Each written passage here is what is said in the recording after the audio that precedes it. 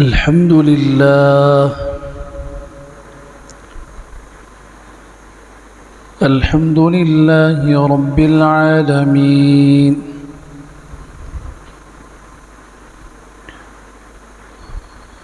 وصلاة وسلاما دائمين متلازمين على سيد المرسلين رحمة للعالمين وعلى آله وصحبه أجمعين.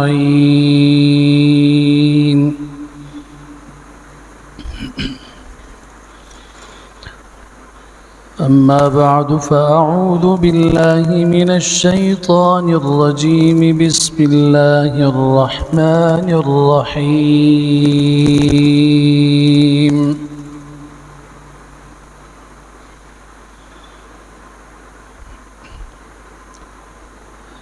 إنما يريد الله ليذهب عنكم الرجس أهل البيت ويطهركم تطهيرا. وقال سبحانه: فمن حاجك فيه من بعد ما جاءك من العلم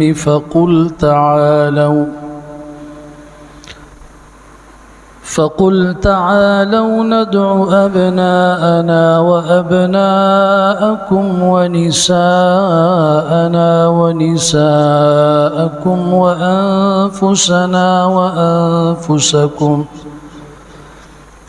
ثم نبتهل فنجعل لعنة الله على الكاذبين.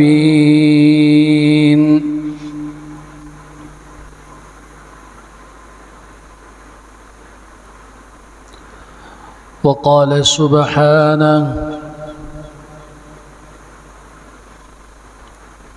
هذان خصمان اختصموا في ربهم فالذين كفروا قطعت لهم ثياب من نار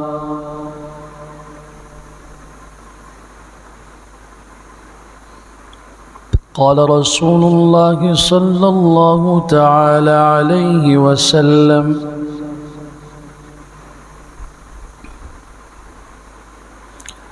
لا يحبك إلا مؤمن ولا يبغضك إلا منافق.